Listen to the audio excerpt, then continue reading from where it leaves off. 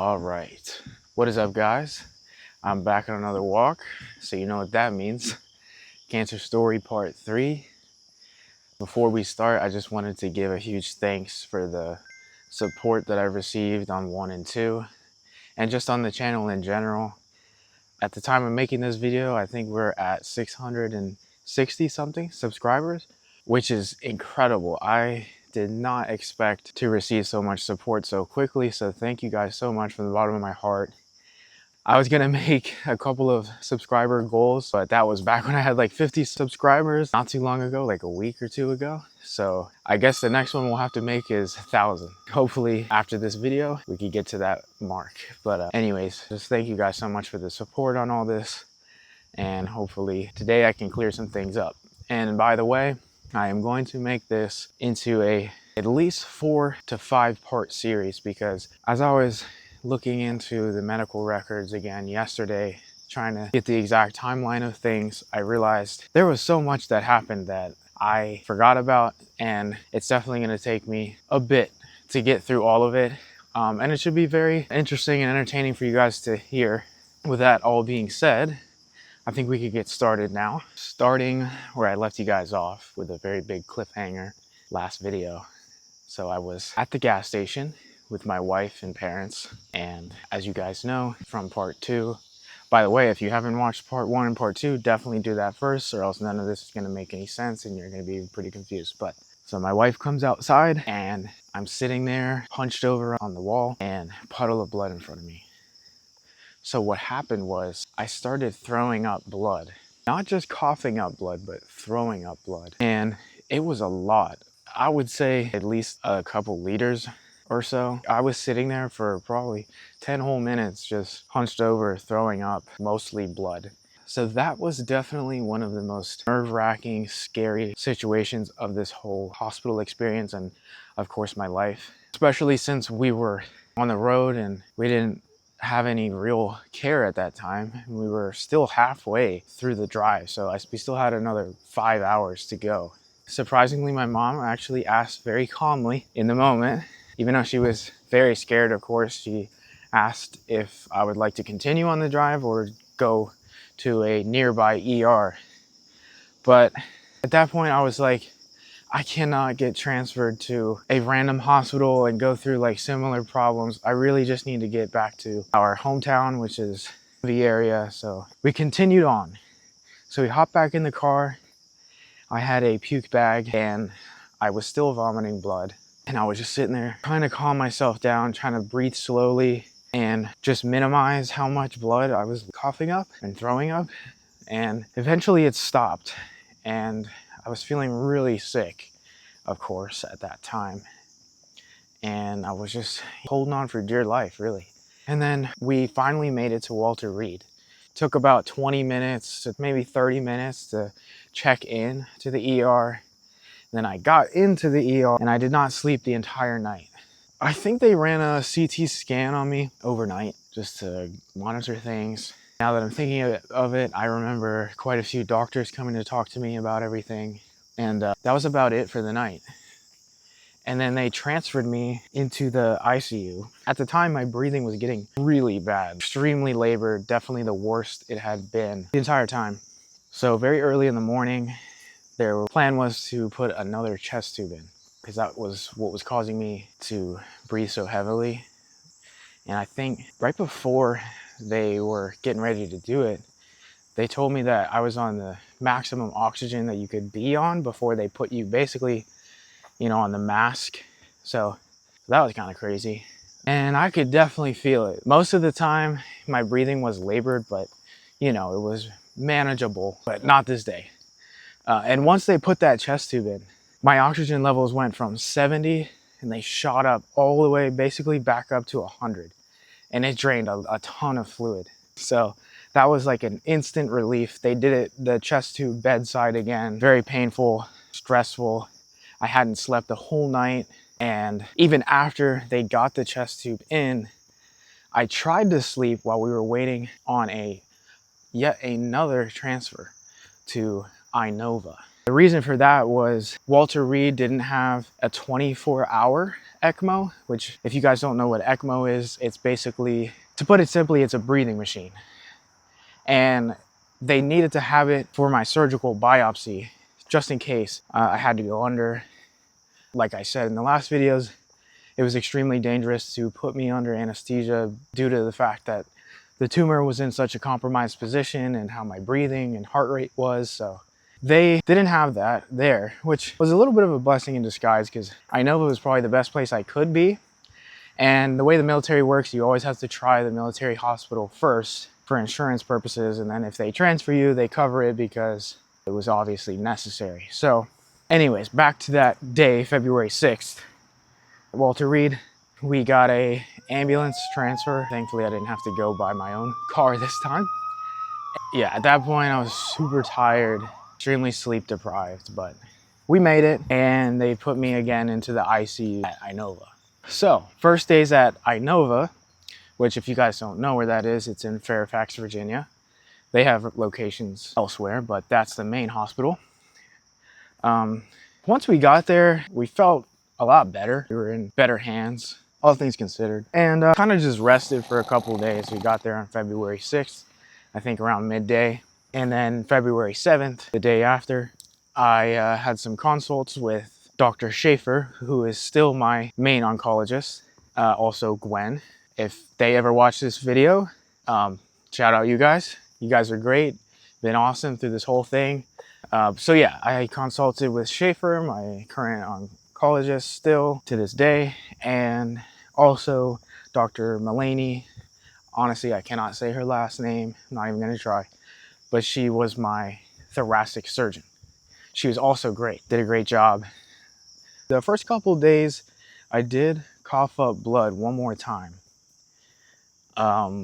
It wasn't a lot. It was scary, of course, because I did not want to go into another like profuse vomiting episode of blood.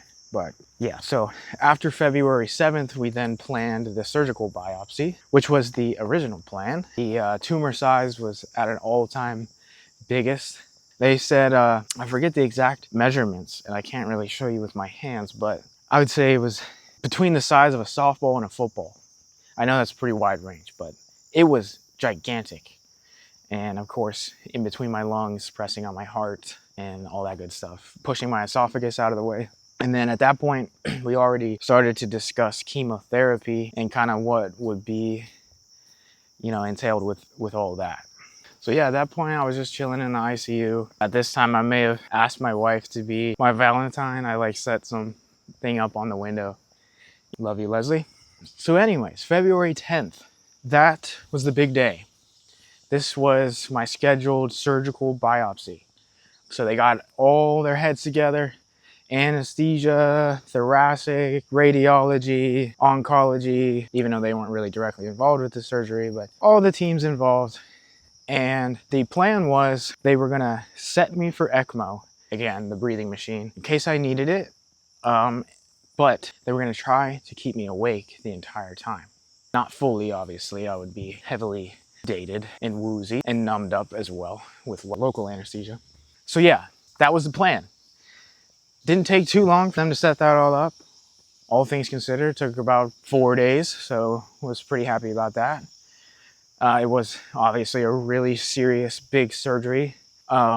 Very, very risky with everything going on. I was talking to my thoracic surgeon in the pre-op room, and she was like, I'm gonna try to keep you asleep, but if you move, basically, that's it. Like, we gotta put you under. So I was like, all right. She really did not think that I would be able to stay, I guess, motionless without being under such a invasive surgery. So yeah, I talked to her in the pre-op room, talked to a couple other doctors, and then they gave me a cocktail, I think they called it or something. And they were like, yeah, this should make you feel good and relaxed. And I was like, I'm not feeling anything. And I was getting a little nervous because I'm like, oh geez, I don't want them to start this surgery and I can like feel it. But they wheel me into the room and I'm looking around, I'm just like, whoa, like it's a huge room. They got spotlights on the table. They got all this stuff, mirrors, of course, all the medical equipment It's just this huge room, like worse than you see out of the movies. Like it was insane. I could not believe what I was seeing. Obviously that was pretty intimidating going into that, but anywho, I sat down on the table and they just started reassuring me everything's gonna be fine and everything's going good. They started to prep the ECMO. So if you guys don't know, they put it through your groin and around like your hip, and they start to push it up, but not all the way. And they just put it there in case they need to use it. Then they started to give me some more sedation, and at that point, I was pretty gone. They were talking to me though. I could hear them, understand them just fine. They were just still checking up on me and stuff. I had a nurse.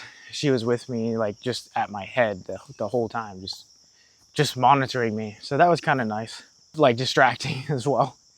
And then before I knew it, they just got right into it. The surgeon said, "All right, you ready?" And I was like, all drugged up, "I guess so." And then she started to make the incision, and I could feel it, and it did hurt. It wasn't too bad, and it was bearable, but I just told myself, don't move or else they're gonna put you on ECMO, and then my whole family's gonna see me on this crazy breathing machine, and it's gonna be disturbing. I was just like, nope, don't move. They made a couple cuts. They got what they needed. They were in and out, and that was it. Oh, they also did place a catheter in my wrist before the surgery. And actually, funny enough, they said when everything was done, it felt like it was very quick for me. Apparently it was like 3 hours, but after they were done, they were like, "Are you doing good, Jacob?" And I was like, "I think so." And I was like, you know what? My wrist really hurts. The whole time I'm getting all cut up here and my wrist hurts. It was the catheter. It was like pressed up against something. I just thought that was funny. So yeah, then they wheeled me out, went out and saw my family. I was kind of coming back to consciousness pretty quickly. Pain started to set in then. And the rest of that day, I think I just ate some ice cream and stuff. They did put a heart drain in. So, I guess, I can't remember what it's called, but they put it in for after surgeries to drain any blood or fluid that is in excess. Unfortunately, after the fact, I started to accumulate some air in there. So I think they ended up poking a small hole in my lung. It was either that or there was a pocket of air because of the drain that they put right here. So that was kind of annoying, really gross. They call it Rice Krispies because when you push on it, it crunches, and yeah, it's extremely gross. But yeah, that was the big day, probably one of the most intense days that I have experienced through all this. After the surgery, things were looking up. February 11th, I got the Blake drain taken out. I found out what it's called. It's just there for after surgeries for any blood that accumulates or fluid. So I got that taken out. My heart rate was going way down. I don't think it exceeded even 125 at that point after that. So that was a huge step in the right direction. And yeah, things were looking up. Unfortunately, February 14th, just when I thought things were getting better and all that, I had this excruciating stomach pain, like the worst I've ever experienced in my life. And this was some of the worst pain actually that I experienced through this entire hospital stay. Yeah, I was getting this crazy stomach pain and they couldn't figure out why. I was given morphine and something else, I think, to help with the pain, but it just was not doing anything for me. And then eventually I walked over to the bathroom because I was starting to feel really bad, and then I just projectile vomited into the trash can. Sorry to be so graphic, but that is what happened. I was just like, man, what is going on? Like, I thought I was good. Things were looking up.